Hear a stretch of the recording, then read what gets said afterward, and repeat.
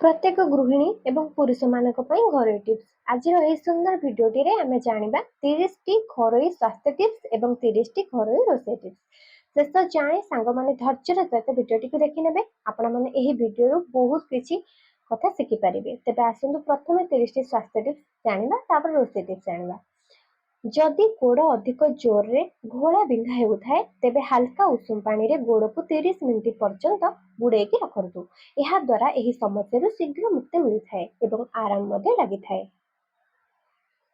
सबु बेले मने रखुथांतु कि रात्रि समय रे गोटे तंबा बासन रे पानी घोड़ेकी रखि दियंतु एवं सकाळु एही तंबा बासन रे रखिथिबा पानी रो सेवन करंतु। एहा शरीर पई बहुत लाभदायक होइथाए।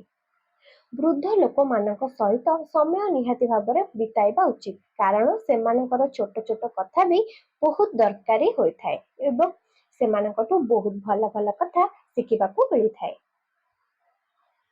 जे कोनोसी खाइबा पदार्थ को थरे रोषेई कर सारिबा परे ताकू बारंबार गरम करके सेवन करिबा बा खाइबा उचित नुहे। एहा द्वारा खाद्यर पुष्टिकता कमी जाइथाए एवं खाद्य मध्ये स्वादिष्ट लागि नथाए। जेतेबेले आपण खाद्य सेवन करुछंती सही समय रे अधिक पानी पीबा उचित नुहे। जदि पानी पीबा पई चाहुचंती ताहाले गोटे ढोक ही पियंतु एवं खाइबार अध घंटा पूर्व पानी पियंतु खाइबार अध घंटा परे पानी पियंतु। आपण प्रतिदिन सकाळर सूर्य किरण निहाती भाबरे नियंतु जहा फଳରେ आपणक शरीर रे विटामिन डी रो अभाव रहिबा नाही। घरर चट्टाण को फिनाइल आदि पकेकी सफा करबा उचित एवं ता सहित बाथरूम एवं टॉयलेट एही सब आदि को सबुबेले परिष्कार रखिबा उचित। आगु को पढ़िबा पूर्व सांग माने जदि वीडियो रु किछि शिखिबा को पाउछंती तेबे निहाती वीडियो को गोटे छोटिया लाइक करिदेबे। कमला अंगूर लेंबू एवं अळा एही सब आदि रे प्रचुर मात्रा रे विटामिन सी रहिथाय सेति पई एहार सेवन प्रतिदिन करंतु। यह शरीर पाई मध्ये बल आपण माने जदि सबुदिन विटामिन सी युक्त खाद्य खाइबे आपन चेहरा मध्ये जल्दी सुंदर आ ग्लो करिथाए। लिंब पत्र को सुखेकी ताकू गुंड करके एक डब्बा रे स्टोर कर रखंतु एवं संध्या बेले नड़िया कत्ता जळे कि सेथिरे सेही निंब पत्र रो पाउडर पकेकी धुआं करंतु। एहा कले घर को मशा माछी आदि किछि आसीबे नाही। जदि पेट गरम हेउथाए तेबे आपण राति रे भूसी और मिश्री को पानी रे पके दियंतु एवं एहाकू सकाळु सकाळु सेवन करंतु। एमिति लगातार किछि दिन करिले पेट ठंडा हो जायथाए। जदि मासिक ऋतुस्राव समय रे अधिक कष्ट होउथाए तेबे अदा पका किंबा सुंठी पका उषुम उषुम पानी सेवन करबा उचित। एहा द्वारा कष्ट रु मुक्ति मिलिथाए। जो मानकर घुंगुड़ी जोर जोर हेउची सेमाने राति रे सोइबा पूर्वरु नाकरे 2 ठोपा देसी गाई घिଅ पकेकी सोइबा द्वारा एही समस्या दूर होइथाए। केबे भी सकाळ खाली पेटरे एवं रात्रि समय रे कमला सेवन करबा उचित नुहे। आपण दुपहर समय रे सेवन करि परिबे। जदि पेट गरम हेउथाए तेबे आपण राति रे भूसी एवं मिश्री को पानी रे पके दियंतु एवं एहाकू सकाळु सकाळु सेवन करंतु। एमिति लगातार किछि दिन कले पेट ठंडा हो जायथाए। भृषंग पत्र और मंदार पत्र को बाटिकी सेथिरे नड़िया तेल मिसई केश मूल रे लगेइबा द्वारा केश शीघ्र शीघ्र वृद्धि होइथाए एवं ता सहित केश घन मध्ये होइथाए। आगु को पढ़िबा पूर्व जदि आपण माने भाबुछन ए वीडियो किछि शिखिबा को मिलुची तेबे निहाती आपण माने वीडियो को गोटे छोटे लाइक करंतु एवं केउ को स्थान रे आपण माने वीडियो देखुछन देखिबा केउ को स्थान रे वीडियो पहुंची परिछि निहाती आपण स्थान रो नाम कमेंट रे थरुटे लिखि दियंतु। सप्ताह रे थरे निहाती भाबरे पखाला भात सेवन करबा उचित अटे। सज भात अपेक्षा पखाला भात रे अधिक फाइबर रहिथाए एवं एहा केश पाई मध्ये बहुत लाभदायक होइथाए। गोड़ हाथ थरुथिले किंबा कंपन हेउथिले राति रे लवंग चोबेकी उषुम उषुम पानी सेवन करिबा द्वारा ए समस्या रु शीघ्र मुक्ति मिलिथाए। जदि मोटापा कम करिबा पई चाहुछंती तेबे सकाळु सकाळु लेंबू रस सहित अदा रस मिसेकी सेवन करंतु एवं ता सहित व्यायाम मध्ये करंतु। देखिबे एहा शीघ्र मोटापा को कमेई देइथाए। सबुदिन जदि त्रिफला पानी रे ଆଖି ଧୁଅନ୍ତି ତେବେ ଏହା ଦ୍ୱାରା ଦୃଷ୍ଟିଶକ୍ତି ବୃଦ୍ଧି ହୋଇଥାଏ ଏବଂ ତା ସହିତ ଆଖି ଧରିବା ଭଳି ସମସ୍ୟା ହୋଇନଥାଏ। ଶୀତ ଦିନରେ ରୁଟି ସହିତ ଗୁଡ଼ ସେବନ କଲେ ପାଚନ କ୍ରିୟା ମଜବୁତ ରହେ ଏବଂ ଇମ୍ୟୁନିଟି ସିଷ୍ଟମ ସଠିକ ରହିଥାଏ। ଚଣା ଡାଲିକୁ ପେଷିକି ଚେହେରାରେ ଲଗାଇବା ଦ୍ୱାରା ଚେହେରାରେ ଆଉ ଛୋଟ ଛୋଟ ଦାନା ଭଳି ହୋଇନଥାଏ। ଆପଣ ଯେତେବେଳେ ନଖ କାଟୁଛନ୍ତି ସେତେବେଳେ ତେଲ ନିହାତି ଭାବରେ ନଖ ଉପରେ ଟିକେ ଲଗାନ୍ତୁ। ଏହା ଦ୍ୱାରା ସ୍ମରଣ ଶକ୍ତି ବୃଦ୍ଧି ହୋଇଥାଏ ଏବଂ ଦୃଷ୍ଟି ଶକ୍ତି ମଧ୍ୟ ବୃଦ୍ଧି ହୋଇଥାଏ। ତା ସହିତ ନଖ ମଧ୍ୟ ଚିକ୍କଣ ରହିଥାଏ। ଯଦି ପରିସ୍ରା ପୋଡ଼ା ହେଉଥାଏ ତେବେ 7ଟି ଆମ୍ବଲେମ୍ବୁକୁ ଚୋବାଇକି ସେବନ କରିବା ଦ୍ୱାରା ସଙ୍ଗେ ସଙ୍ଗେ ପରିସ୍ରା ପୋଡ଼ା ବନ୍ଦ ହୋଇଯାଇଥାଏ। କାକୁଡ଼ିରେ ଅଧିକ ମାତ୍ରାରେ ଆଇରନ୍ ରହିଥାଏ, ସେଥିପାଇଁ ଏହା ଚେହେରାକୁ ଗ୍ଲୋ ଏବଂ ସୁନ୍ଦର କରିବାରେ ସାହାଯ୍ୟ କରିଥାଏ ଏବଂ ତା ସହିତ ଶରୀରରେ ଜଳୀୟ ଅଂଶର ଅଭାବ ମଧ୍ୟ ରହିନଥାଏ। ପ୍ରତିଦିନ ଚୋବେଇବା ଫଳ ସେବନ କରନ୍ତୁ, ଯେମିତିକି ପିଜୁଳି ହେଉ, ସେଉ ହେଉ, ଚୋବେଇକି ଖାଇବା ପରି ଫଳ ପ୍ରତିଦିନ ଖାଆନ୍ତୁ। ଏହା ଦ୍ୱାରା ଦାନ୍ତ ସଫା ରହେ ଏବଂ ଦାନ୍ତ ମଧ୍ୟ ମଜବୁତ ରହିଥାଏ। ରାତ୍ରି ସମୟରେ କମ୍ ଖାଦ୍ୟ ସେବନ କରନ୍ତୁ ଏବଂ ତା ସହିତ ରାତ୍ରିରେ ଦହି, ମିଠା ଏବଂ ଶାଗ ଆଦିକି ସେବନ କରନ୍ତୁ ନାହିଁ, କାରଣ ଏହା ଶରୀର ପାଇଁ କ୍ଷତିକାରକ ହୋଇଥାଏ। ଚେହେରାରେ ଘି କୁଆଁରୀ ରସ ଲଗାଇବା ଦ୍ୱାରା ଚେହେରାରେ ଗ୍ଲୋ ଆସିଥାଏ ଏବଂ ତା ସହିତ ଯଦି ବାରମ୍ବାର ମୁଣ୍ଡ ବିନ୍ଧା ହେଉଥାଏ ତେବେ ଘି କୁଆଁରୀର ରସ ଲଗାଇବା ଦ୍ୱାରା ମୁଣ୍ଡ ବିନ୍ଧା ହେବା ବନ୍ଦ ହୋଇଯାଇଥାଏ। ଶୋଇବା ସମୟରେ ଯଦି ନାକର ଦୁଇ ପଟେ ଗୁଆ ଘିଅ ବା ଗାଈର ଘିଅ ପକେଇକି ଶୁଅନ୍ତି ତେବେ ଭଲ ନିଦ ଆସିଥାଏ। 2 ଟୋପା ପକେଇବେ, ନାକର ଗୋଟେ ପୁଡ଼ାରେ ଗୋଟେ ଟୋପା ଏବଂ ଆଉ ଗୋଟେ ପୁଡ଼ାରେ ଗୋଟେ ଟୋପା ଘିଅ ପକେଇବେ। ଏହା କଲେ ଭଲ ନିଦ ଆସିଥାଏ। ଯଦି ତରକାରୀ ଅଧିକ ରାଗ ହୋଇଯାଇଛି ତେବେ ତରକାରୀ ସେବନ କରିବା ସମୟରେ ସେଥିରେ ଟିକେ ଲେମ୍ବୁ ରସ ପକେଇ ଦିଅନ୍ତୁ। ଏହା ଦ୍ୱାରା ତରକାରୀରୁ ରାଗ କମି ଯାଇଥାଏ।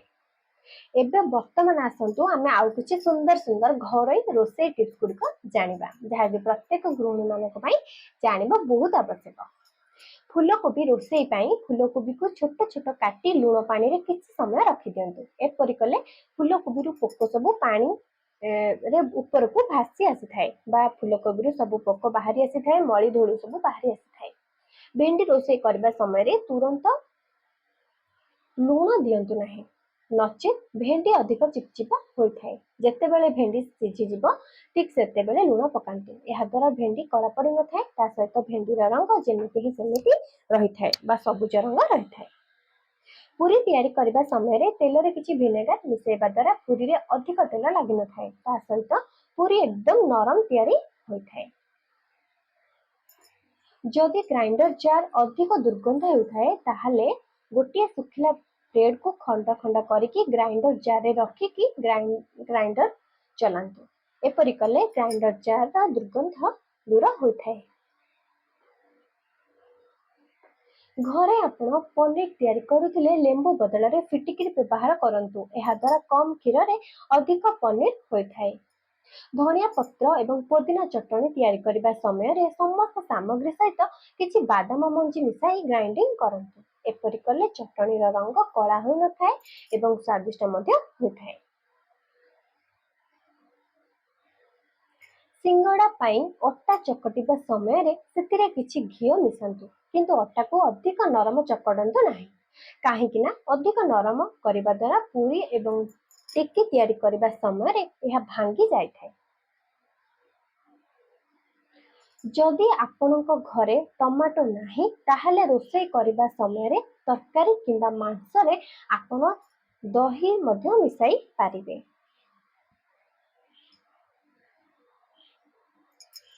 ଯଦି ଆପଣ ଅଟା ଚକୁଳିକୁ ଅଧିକ ସ୍ୱାଦିଷ୍ଟ ବା ଟେଷ୍ଟି କରିବା ପାଇଁ ଚାହୁଁଛନ୍ତି ତାହେଲେ ଅଟାରେ ଟିକିଏ ଅଧିକ ପାଣି ମିଶାଇ ସେଥିରେ ଆପଣ କଟା ପିଆଜ ଏବଂ ସବୁ ପ୍ରକାରର ପନିପରିବା ଚୁନ ଚୁନ କରିକି ସେଥିରେ ମିଶାଇ ଦିଅନ୍ତୁ। ତାପରେ ଚକୁଳି ପ୍ରସ୍ତୁତ କରି ଖାଆନ୍ତୁ, ଦେଖିବେ ଏହା ଅଧିକ ସ୍ୱାଦିଷ୍ଟ ହୋଇଥାଏ।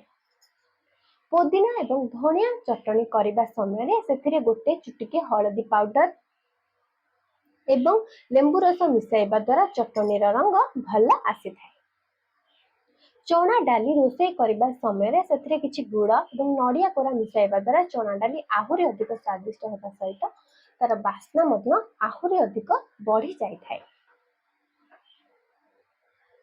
पास्ता सिझेबा समय किछि तेल मिसाइकी सिझांतु तापरे ताकु ठंडा पानी रे किछि समय रखिकी पास्ता तैयारी करंतु। एहा द्वारा पास्ता गोटा गोटा होइथाय, चिपचिपा होइकी लागि न थाए। आलू परोटा तैयारी करबा समय आलू मिश्रण रे किछि कस्तूरी मेथी मिसांतु। एपरि कले आलू परोटा बहुत स्वादिष्ट होइथाय। जदि आपण मैदा सहित ब्रेड गुंड मिसाइकी केक मिश्रण रे मिसांती ताहले केक अधिक स्वादिष्ट बनी थाए। पलौ तैयारी पाई छुंक प्रस्तुत करबा समय केवल जीरा लवंग एवं तेजपत्र देकी छुंक प्रस्तुत करंतु, किंतु केबे भी भूल रे हेंगु मिसांतु नाही, काहेकि ना एहा सब मसलार सुगंध को खराब कर दे थाए। रसुण को सब बेले अंधार स्थान रे रखंतु, काहेकि ना अंधार स्थान रे रखिबा द्वारा रसुण बिल्कुल भी सुखी न थाए। पकुड़ी तैयारी पाई बेसन रे किछि कॉर्नफ्लोर एवं गरम तेल मिसांतु, जहा द्वारा कि पकुड़ी खाइबा को स्वादिष्ट एवं क्रिस्पी तैयारी होइथाय। परोटा को घी एवं किंबा तेल बदल रे लहुणी रे कले परोटा अधिक स्वादिष्ट होइथाय, बहुत नरम थाए आउ तार टेस्ट मध्ये बढ़िया लागि थाए, रेस्टोरेंट रे खाइला भली लागि थाए। चीनी रे पिंपुड़ी लागुथिले चीनी जार भितरे गोटे किंबा दुईटी अलैच रखंतु, एहा द्वारा चीनी रे आउ पिंपुड़ी लागि न थाए। सुजी हलवा तैयारी करबा समय रे सुजी रे किछि बेसन मिसाइकी हलवा प्रस्तुत करंतु। देखिबा हलवा बहुत स्वादिष्ट हेबो, काहेकि ना बेसन मिसा सुजी हलवार कलर एवं टेस्ट आहुरी अधिक बढ़ी जाय थाए। ग्रेवी रोषेई करबा समय रे तेल रे किछि हळदी मिसांतु, काहेकि ना एपरि कले तेल चारिआडे होई न थाए।